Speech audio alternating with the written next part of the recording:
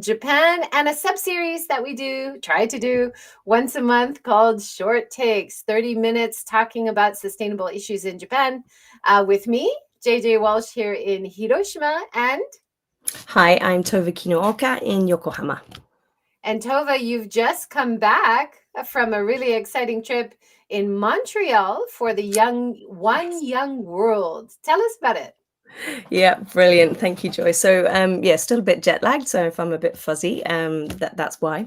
So the One Young World Summit happens every year in a different city around the world. It brings together about 2,000 young leaders. And this year it was in Montreal. And you can see here, this was a panel on sort of turning inspiration into action, because the 4 days at the summit are really intense. We hear people talking about projects they're doing all over the world on climate, on social issues, on sort of activism, governance. It absolutely blows your mind. David Suzuki there, absolute, godfather of sustainability. He was amazing, did the keynote, and was talking a lot about the connection with nature and how we need to really connect and realize, sort of relearn to be part of that. Very, very powerful speech. But yeah, these amazing young leaders, we had about, I think, 65 in total from Japan, of which 18 are a group that we're working with from PwC Japan on sustainability entrepreneurship. So they all were sort of listening to the different sessions, meeting people from all over the world that they would never ordinarily meet. It was incredible. And then now we're back. Now we channel that into projects which can make an impact, a positive impact on people and planet, but also sort of generate business for the company. So it's win-win-win all round for that. So yeah, always an inspiring event. So that was... as always, given me a lot to think about, renewed my motivation, I think, to come back and drive change from here. So yeah, good stuff.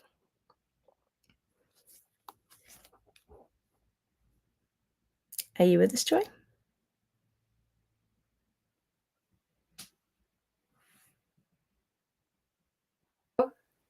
Oh, okay, I'm back. Frozen for a bit. You're back. Yeah, we lost you for a moment. Now, Tove, you have done One Young World for quite a few years now. Can you just talk about maybe some of the changes that you've seen over the years, or trends that are developing, or people that have done the program as youngsters and then now they're moving into leadership roles, for example? Have you seen any of that? Yes. Very much. And actually, there's a wonderful example right here in my water bottle. We've talked about MyMizu many times. So Robin, one of the co-founders of MyMizu, attended One Young World in 2015 in Bangkok. So he's part of the alumni community and said that was a real sort of pivotal moment for him, really inspiring him to want to come and make change. And we hear a lot of stories about that. And actually, the panel, picture you showed just earlier of the two speakers, the lady in the green and the young man in the suit, they were both sort of what we call returning ambassadors. So yes, you can see there Caro from Colombia and Ramesh, I think, who's from the UK. And they were both in corporates, went to One Young World several years back, sent by their companies, and then went back and really started to drive change from within. So it was really inspiring to hear about. And then Caro has actually since then left the corporate and set up her own organization. And so there were lots of examples of that of people who have really sort of taken this inspiration and then channeled it into action. And that's really, I think, what we want to see, because yes, it's all very well to go to these very inspiring events, and there's always a danger that they can be a bit of a talk fest, right? So you hear amazing things and all wonderful, and then if you come back and carry on with what you were doing before, then, really what's the point on that? So it was really inspiring to see a lot of people who'd sort of come, met people, got inspired, had a sort of a complete rethink on what they were doing, and either starting up their own initiatives or driving change from within their companies as entrepreneurs, like we're doing with the PwC delegates, which is really powerful, right? These companies have got such incredible resources and reach and scope to actually have positive impact. If you can get people from within driving that in the direction and sort of directing it at the big issues outside, then that can really make an impact. It's so important. And the mentorship, not only the leaders now, but creating the leaders of the future, that kind of thing, Yes. right? Yeah. Um, Yeah. Wanted to get involved with One Young World, is it pretty easy just to go to the website and learn how to sign up for future Yeah. events or training? Yeah, absolutely. So every year there's the summit. So the next one will be in Munich next year at the beginning of November. So a lot of people go as sort of sponsored by companies. So you can ask your company, say, look, I want to go to this, and ask them to sponsor to send you. And it's for the 18 to 30 age range. But also a lot of organizations sponsor scholarships. So if you're sort of an entrepreneurs, say, doing your own thing and you don't have the funding to get there yourself, there are all these scholarships you can apply for, and a lot of the people we heard from, a lot of the speakers were there on these scholarships, and they're aiming each year to increase the number of people there on scholarships so they can really give everyone access to this. And so yes, go and have a look at the website, and all the information is on there. That's wonderful. And I put the link in the notes here, and we'll put them in the show notes below, so people watching replays can also go there.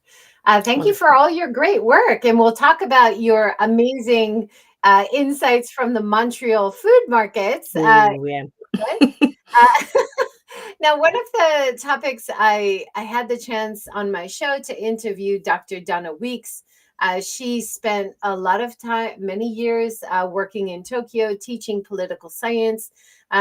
She has been focused for many years on elections, and this is a big deal in Japan Yes. today.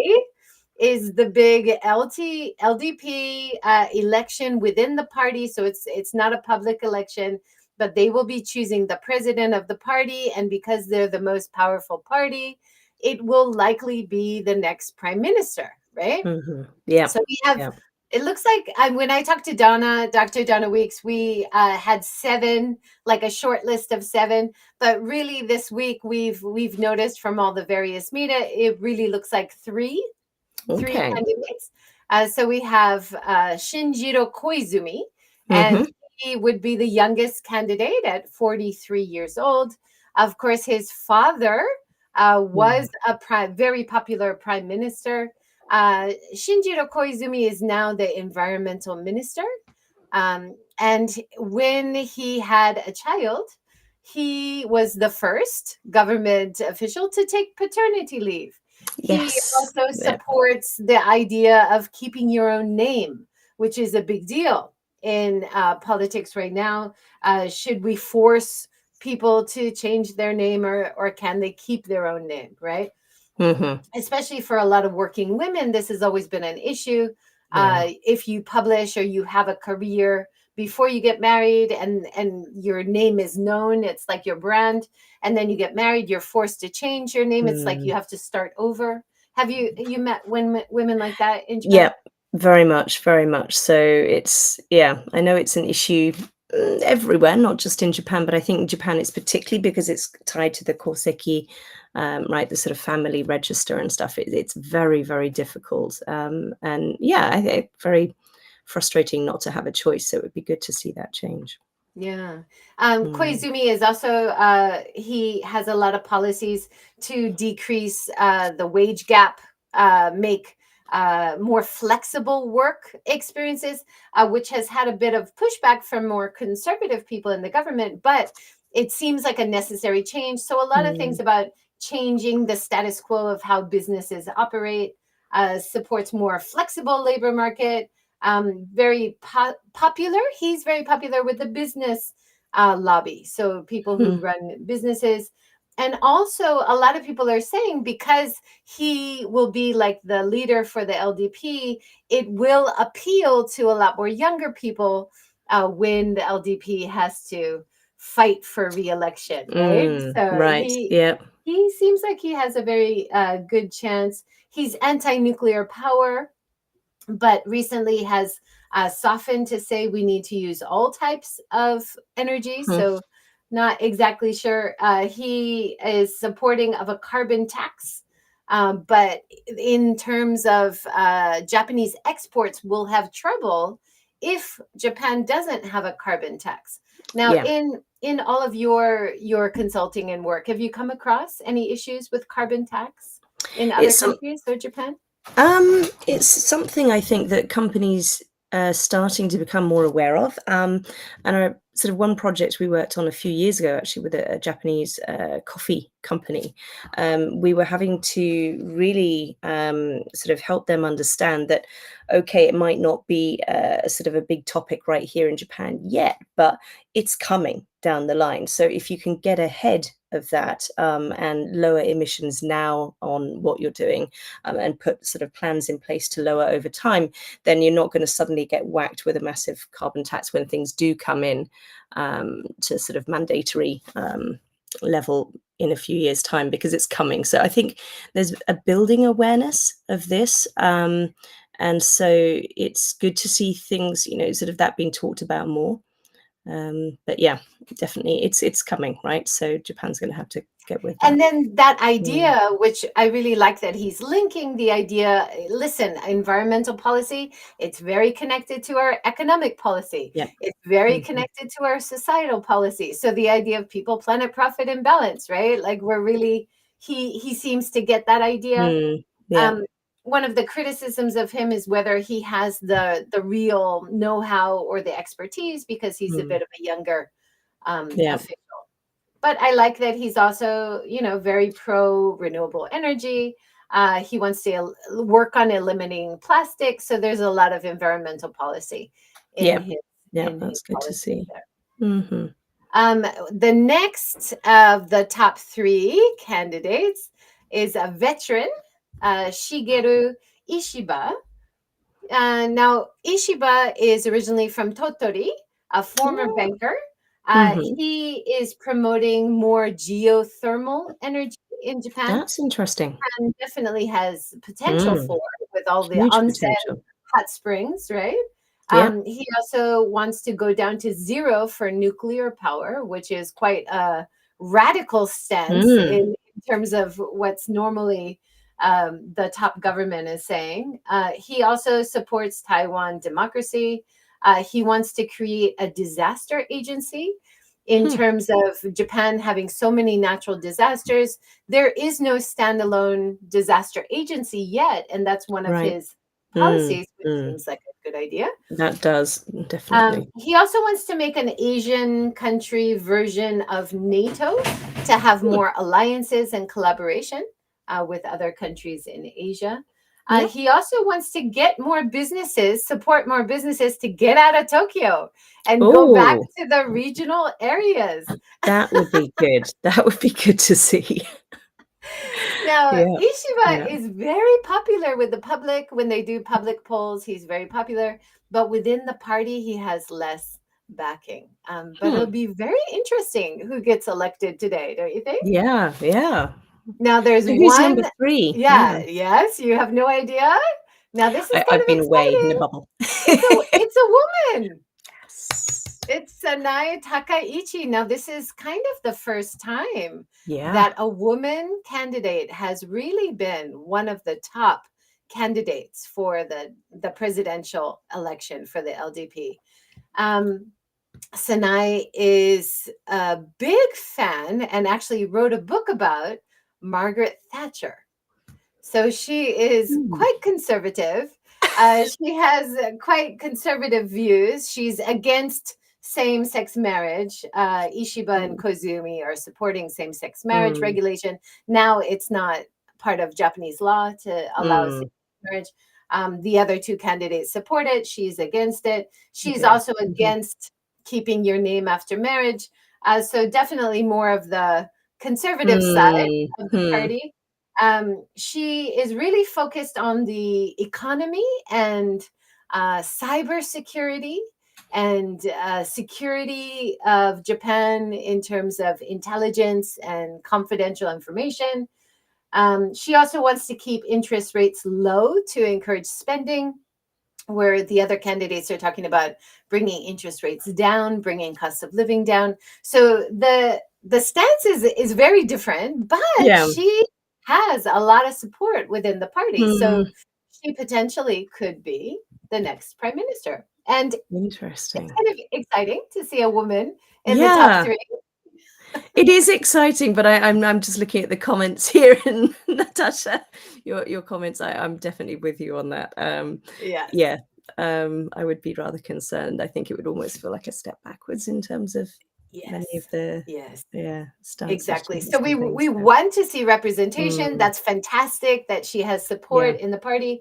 But she's kind of promoting future tech in terms of energy, like let's create smaller nuclear power, whereas the other two are like, listen, we've tried nuclear for a long yeah, time. It's mm, not really something that's working in Japan. Let's yeah, do mm, other renewable energies that have proven success, and I yeah. think this is definitely an issue to keep an eye on, but Hmm.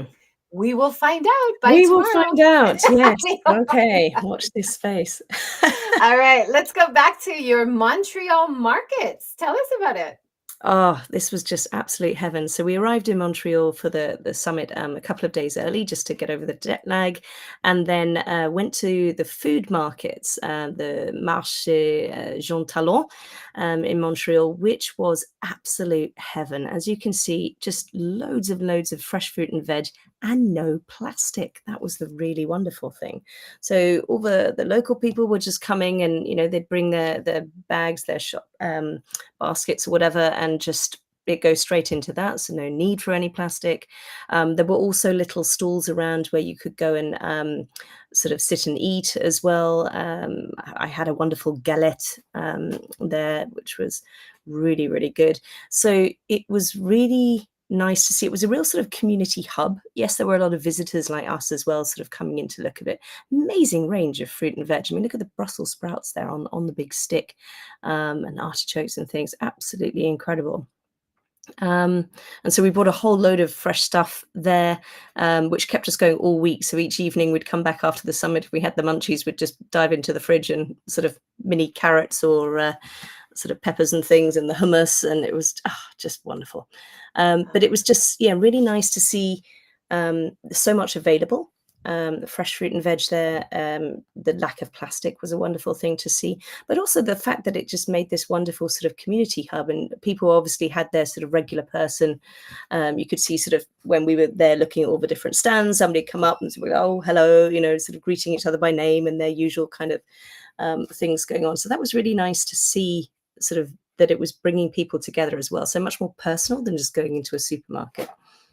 That's so good. And like all the pictures showed, not only no plastic, but the sheer variety Yeah. of items available Yeah. is just stunning. Oh Yeah, my it was gosh. astounding. It was complete heaven. I mean, we could have bought so much more, but a lot of the time we were out and about, so we couldn't get too much, but it was very Yeah. good. My Mm. partner did a project with a chef from Kyoto and trying out different vegan food. And the chef was saying, well, if you get good vegetable ingredients, of course, you can make high quality, high value, delicious, and satisfying Mm. Yeah. vegan food. It's all about the good ingredients. Yes. But sometimes you go in supermarkets in Japan, you're like, there's just like the same 6 vegetables that you can get most Yeah. of the time. But then when I order from organic farms directly, the subscription boxes that I order, Mm. sometimes I get the weird vegetables and I'm like, what is this? How do I cook it?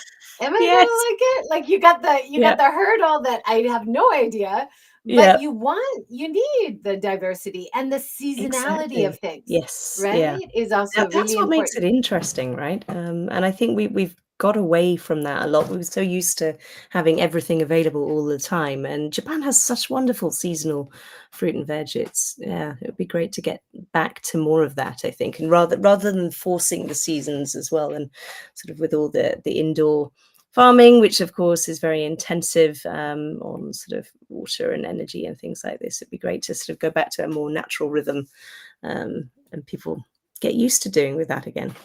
Yeah, absolutely. Now that connects to my next topic. I had gone to the Ogasawara Islands earlier this year, and Ogasawara Islands is actually a place that grows, maybe like Okinawa as well, grows winter vegetables like cabbage and pumpkin all year so that people can get it during the winter in other parts of Japan. So that was one interesting thing I learned while I was there. Oh, wow. But this article that just came out is about the dolphin identification program. So they're not actually physically tagging the dolphins, but they're spending time assessing how the dolphins look in terms of scratches or the shape of the dolphin, and then documenting all of that information, sharing that with other whale watching companies or dolphin swimming companies, which we talked to some of those staff as well. But the idea of protection through documentation was really interesting. And Ogasawara Islands, again, one of the things that really impressed me was it was the first place in Japan, and maybe one of the only places, unfortunately still, which stopped whale hunting and changed to whale watching. So the idea is really about protecting the animals, protecting the nature reserve. They have really interesting insects and stuff. And part of that is documentation, but also sharing information amongst stakeholders, people who run tourism companies, visitors themselves can also take pictures and share in the database. So that was a great project to learn more about. That's lovely. I like the idea of visitors being able to sort of contribute to the data as well. That's great to get people engaged. Now it looks like I'm frozen. No, I'm Yep, back. you're back I'm back. again. You're Good. back again. Good. Now, Tova, you also had information about an event building resilience at Conrad Tokyo. So it's not an event. So this is a workshop that we did for Conrad about just 3 weeks ago now, and we're going to be doing 2 more for them.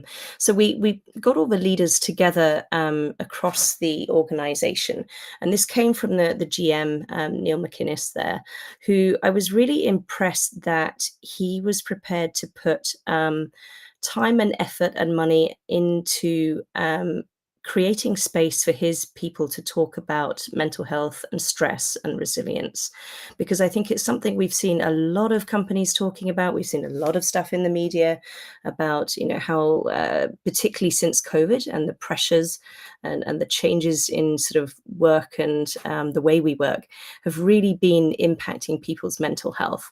And Neil was sort of progressive enough to say, right, well, we need to do something on this. So we sat down together and designed this program on sort of understanding stress for yourself, but also as a leader, and how you can recognize when your people are under stress, and then how you can build resilience as an individual to cope better with it, but also as a leader, how to create an environment around you for your people that is less stressful in the first place, but also to build resilience into the culture of the organization. So it was a pilot session for all the leaders across the hotel, and then next month and in January we're doing the same thing for the supervisor level, so sort of rolling it down to the next level, sort of 87 people across there, so that then they can roll that out to their team. So it was really great to see a company sort of taking the time to do that,